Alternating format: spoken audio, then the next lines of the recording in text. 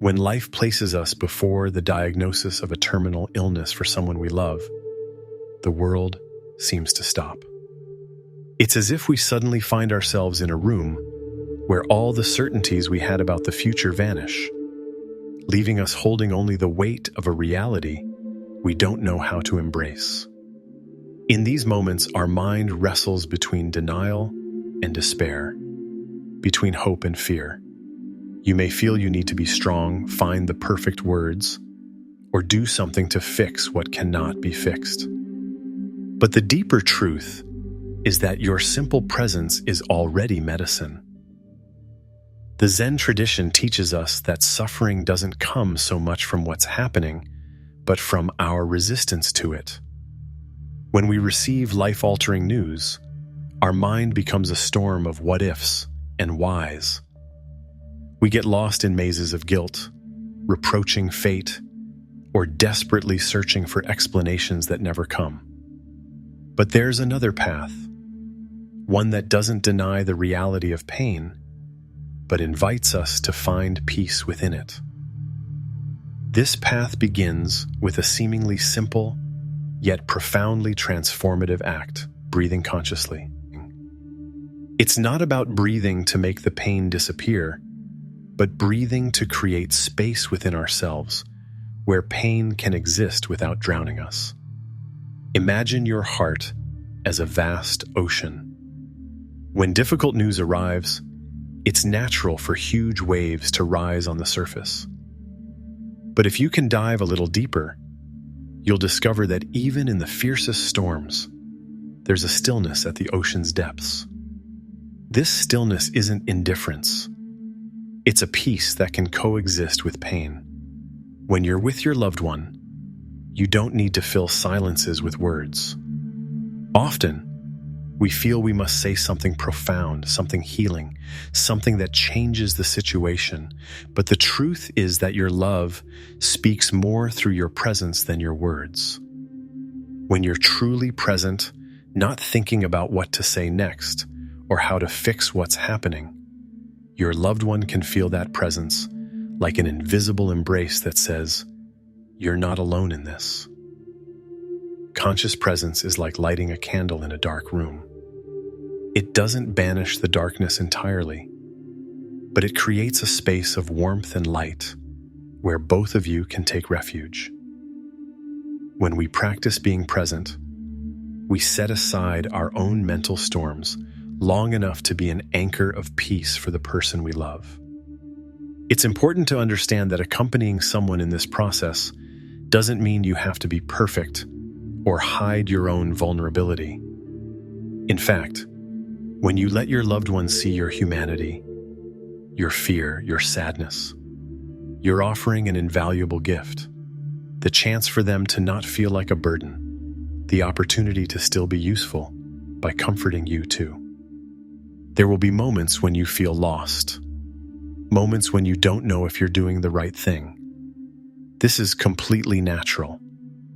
Zen reminds us that not having all the answers isn't a failure. It's an invitation to humility and trust in something greater than our understanding. When you feel overwhelmed, when the magnitude of the situation seems too big for your heart, remember that you don't have to carry everything at once. Zen teaches us that life is lived one moment at a time, one breath at a time. You don't need to solve the entire future right now. You only need to be here, now, with love. Your loved one doesn't need you to be their savior. They need you to be their companion on this journey. And in Zen, being a companion means walking alongside someone without trying to change their path, simply ensuring they don't have to walk it alone. Every moment you spend with your loved one is a gift, not in the romantic sense we're sometimes told, but because it's real, it's yours. And in that moment, you're practicing love in its purest form. Loving without conditions, loving without guarantees, loving despite the pain. This is the first teaching of Zen accompaniment. Your love doesn't need to be perfect to be healing. It just needs to be true. And when you allow yourself to be true, when you let your heart open fully to this experience, you discover an inexhaustible source of compassion and strength within you that you didn't even know existed. There's an art to shared silence that transcends any words. When we sit beside someone facing the nearness of death, we often feel an urge to fill every pause with conversation, as if silence were a void that needs fixing. But Zen teaches us that silence isn't absence, it's fullness. It's in these moments of shared stillness that the deepest encounters between two souls occur. Think of two trees growing close to one another. They don't speak, don't explain to each other how to grow or face storms. They simply exist together, sharing the same soil, the same light, the same air. Their silent companionship is enough. There's a communication beyond words, an exchange of life that nourishes both. When your loved one doesn't want to talk, when they seem lost in their own thoughts, or when illness makes communication difficult, your conscious silence becomes a refuge. It's not an empty or awkward silence, but one filled with love and acceptance.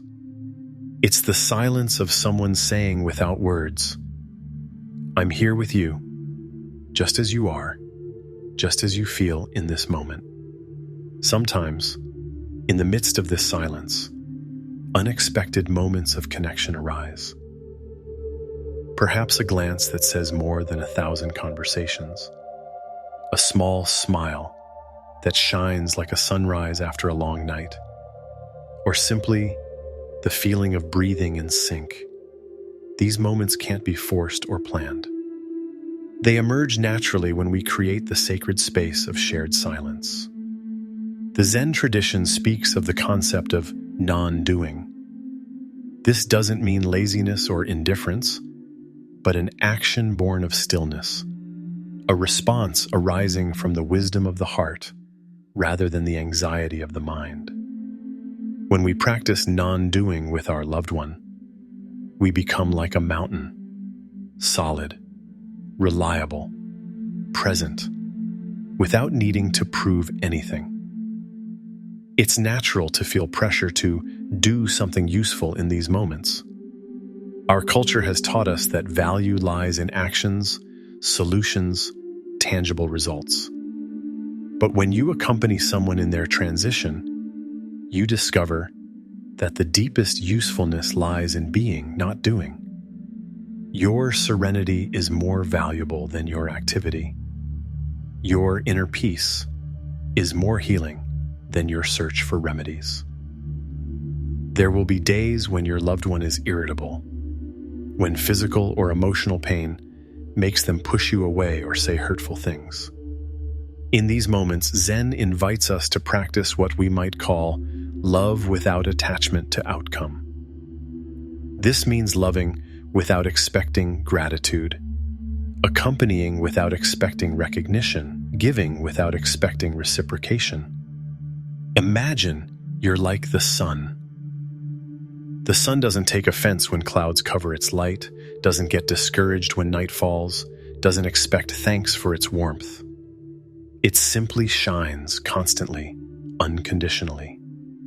Your love can be like that sunlight, steady and generous, regardless of how it's received. When your loved one has a bad day, when they feel frustrated or scared, your role isn't to fix their emotions or convince them to feel better.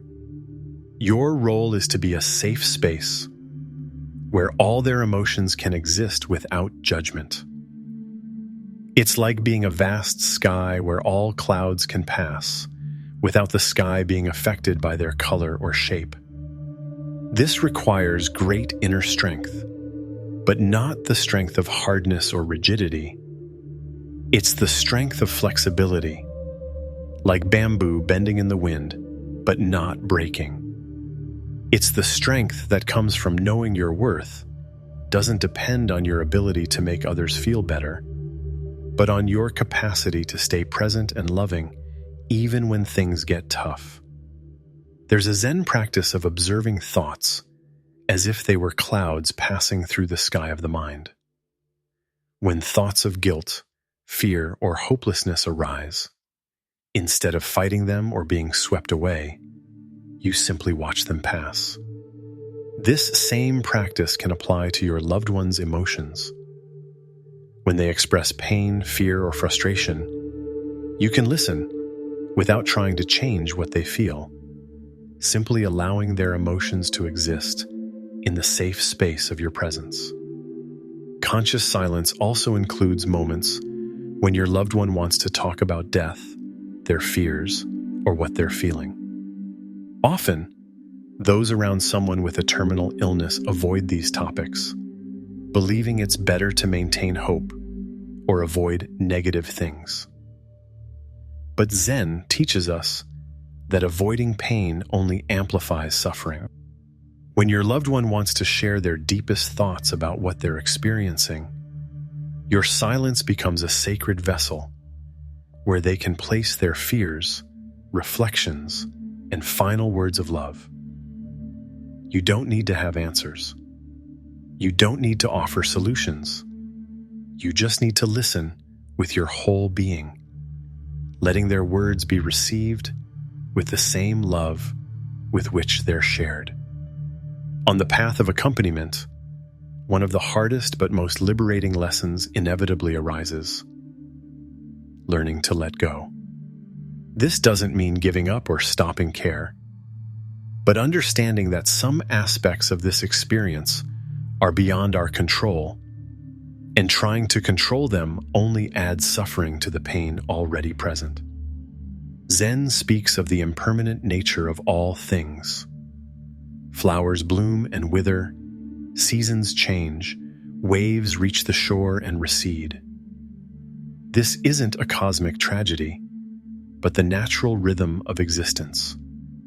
When we resist this reality, when we fight against the natural flow of life, we become swimmers, struggling against a powerful current, exhausting ourselves without getting anywhere.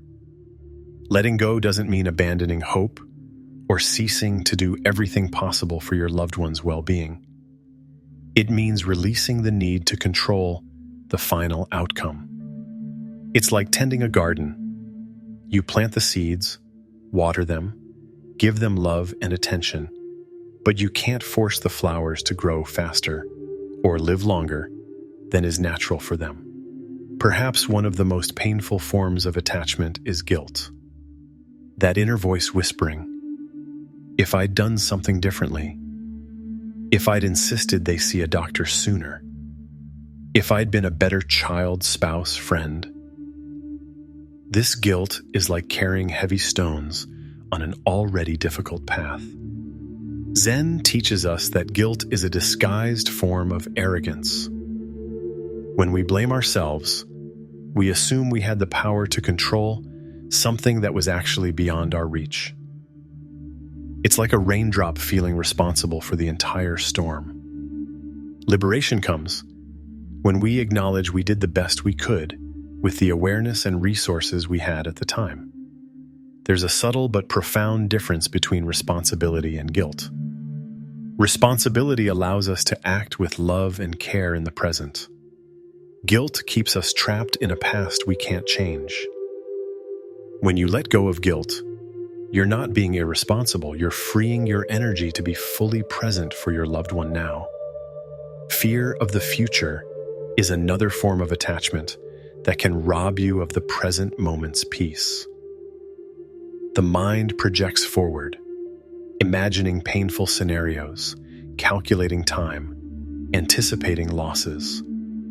It's natural for this to happen, but Zen invites us to remember that the future doesn't exist except as a mental construct. The only reality is this moment, this breath, this opportunity to love that you have now. When you catch yourself lost in thoughts about what's to come, you can practice gently returning to the present. Notice the warmth of your loved one's hand in yours, the sound of their breathing, the light streaming through the window. These simple details of the present moment are anchors that bring you back to the reality of the love you can give now. Sometimes, letting go means releasing your loved one from the pressure to fight. Our medical and social culture often turns illness into a battle, with militaristic language about fighting cancer or beating the disease. But for some, especially when medicine can no longer offer a cure, this battle perspective can add an unnecessary burden. Letting go can mean giving your loved one permission to be tired, to not want more treatments, to choose quality of life over quantity. This isn't giving up. It's honoring their autonomy and wisdom about their own process. It's a profound act of love to say, I respect your decisions about your own life and death. There's a Zen practice of holding objects with open hands rather than clenched fists. When you hold something with open hands, you still care for it, protect it, but if it needs to go, it can leave without hurting your hands by forcing its way out. This is a beautiful metaphor for how we can love, intensely, but without clinging. Letting go also includes releasing expectations about how this process should be. Every person faces a terminal illness uniquely. Some find deep peace, others struggle to the end. Some want to talk about death, others focus on life. Some become more spiritual, others stay pragmatic. There's no right way to die, just as there's no right way to accompany.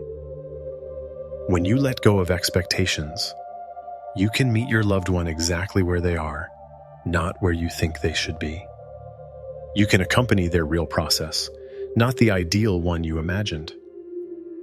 This is a profound form of respect, allowing the person you love to be authentic until the end. The act of letting go is paradoxical, because often, when we stop clinging desperately to something, we can experience it more fully. When you stop expending energy, resisting the reality of the situation, that energy is freed for love, for presence, for moments of grace that can arise even in the most difficult circumstances. Letting go isn't something you do once and for all.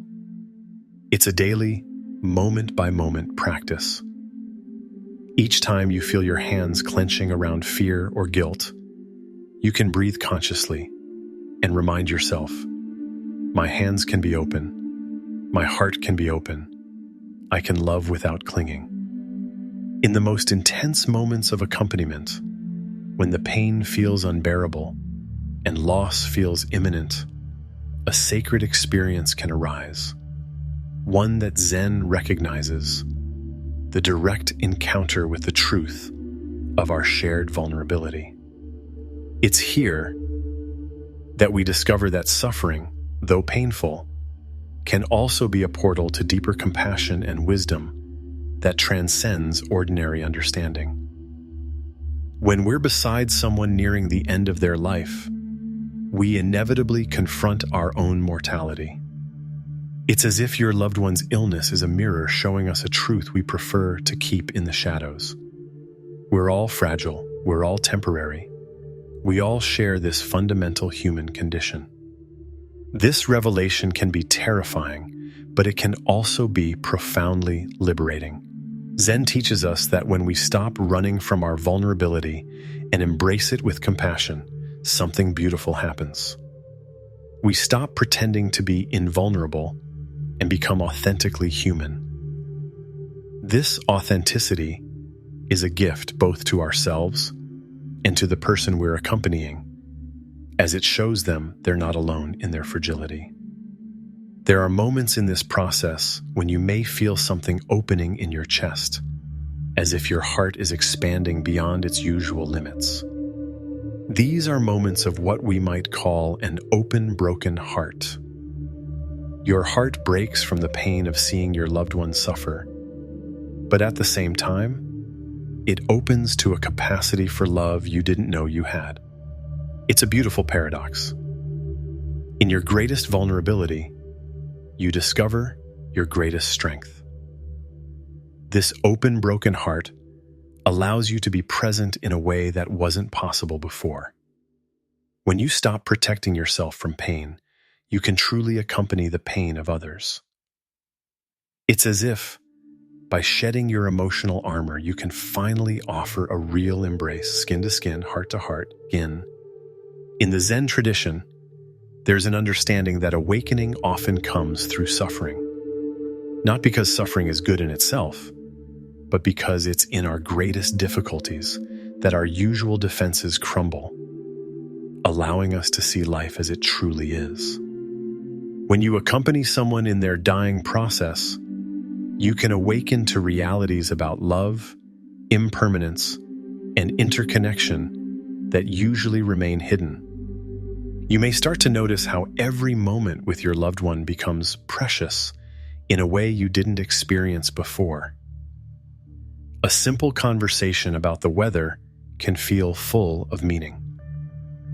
A smile can shine with a particular intensity. Even difficult moments can have a raw quality of reality that, though painful, feels more authentic than many everyday experiences we take for granted. This intensification of experience isn't morbid or pathological. It's the natural result of being present with the precious fragility of life. It's as if the nearness of death puts everything into perspective, revealing what's truly important and what's superficial. In these moments of awakening, you may find that your definition of strength changes entirely. Strength is no longer the ability to avoid pain, but the capacity to feel it fully and keep loving. It's not having all the answers, but the wisdom to be comfortable with unanswered questions. It's not the need to fix everything, but the grace to accompany what can't be fixed. Sometimes, in the midst of difficulty, moments of unexpected beauty can arise. Perhaps it's the way afternoon light touches your loved one's face. Perhaps it's a shared laugh amid sadness. Perhaps it's simply the feeling of being fully present together, without needing the moment to be different. These moments don't negate the difficulty of the situation, but reveal that even in the most challenging circumstances, life continues to offer glimpses of grace. Zen reminds us that beauty and pain aren't opposites, but different facets of the same profound reality. Like two sides of a coin, one cannot exist without the other. When you accept this, you can find a strange peace, even in the midst of an emotional storm. It's not the peace of denial or avoidance, but the peace of total acceptance. This peace doesn't mean you don't feel pain. It means pain can coexist with a deep sense of harmony with the natural flow of life. It's like being in a river. You can feel the strength of the current. You can get completely wet, but instead of fighting the water, you learn to move with it. When you reach this point of deep acceptance, your presence transforms. You're no longer trying to change the situation or protect yourself from pain. You're simply there, fully available, as a loving witness to your loved one's experience. Your presence becomes a sacred space where everything can be felt, expressed, and honored without judgment. In this sacred space, healings can occur that have nothing to do with curing the illness. Old emotional wounds can heal. Unspoken words of love can be expressed. Conflicts that seemed impossible to resolve can find resolution. The nearness of death has the power to dissolve many of the artificial barriers we maintain in ordinary life. Your awakening in this process isn't just for you. It becomes a gift to your loved one. as it allows them to see that their experience is truly seen and honored. When someone can witness our deepest experience without trying to change or fix it, we feel less alone in it. And not being alone is perhaps one of the deepest healings we can offer. At the end of this path of accompaniment, when the time for physical farewell arrives, we discover the final and perhaps deepest Zen teaching. True love transcends form. The death of the body isn't the death of the love you've shared, the connection you've cultivated, or the transformations you've experienced together. In the final moments with your loved one, an understanding may arise that goes beyond words. It's as if you see clearly that the person you love is far more than their physical body, far more than the circumstances of their illness. There's an essence, an inner light that remains untouched even as the body weakens. This essence is what you've been accompanying all along. Zen teaches us that nothing truly real can be destroyed. The love you've shared, the compassion you've developed, the wisdom you've gained, the transformations that have occurred in both of you, all of this is now part of who you are. Your loved one has left indelible footprints in your heart, and those footprints will continue to guide you long after their physical presence is gone. There's an important difference between the pain of grief and the unnecessary suffering we add to it. The pain of loss is natural. It's the price of deep love. But additional suffering comes from resisting this pain, believing you shouldn't feel it, trying to rush the healing process, or blaming yourself for moving forward with your life. Conscious grief, inspired by Zen wisdom, honors the pain without adding layers of resistance. It's like letting tears flow when they need to, without judging them as a sign of weakness. It's allowing sadness to have its place in your heart without trying to replace it prematurely with positive thoughts. It's recognizing that missing someone is a way of continuing to love them. In the days and weeks after their passing, you may find your loved one remains present in unexpected ways. Perhaps in moments of stillness, you feel their presence as a warmth in your chest. Perhaps you hear their voice in your mind, offering the same comfort you used to give them. Perhaps you find you've inherited some of their wisdom, strength, or unique way of seeing life. This isn't imagination or denial of reality. It's the recognition that deep relationships create connections that transcend time and physical space. When you've accompanied someone with such love and conscious presence, part of that person lives on in you forever. You've been transformed by love, and that transformation is eternal. There may come a time when you feel ready to share what you've learned with others going through similar experiences. The accompaniment you've offered, the compassion you've developed, the wisdom you've gained about impermanence and unconditional love, all of this becomes a gift you can offer the world. You don't need to become a professional counselor or spiritual teacher. Simply by being who you are now, transformed by this experience, you're already capable of offering a different kind of presence to others who are suffering. Your heart has been trained in the art of accompanying without trying to fix, loving without clinging, being present without escaping pain.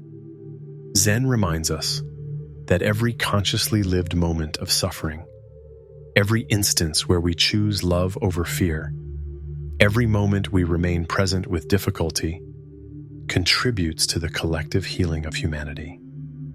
Your process of accompaniment hasn't been just a private experience. It's been a contribution to the collective awakening of our species. When you look back on this path you've walked, you can recognize that you haven't just been a companion.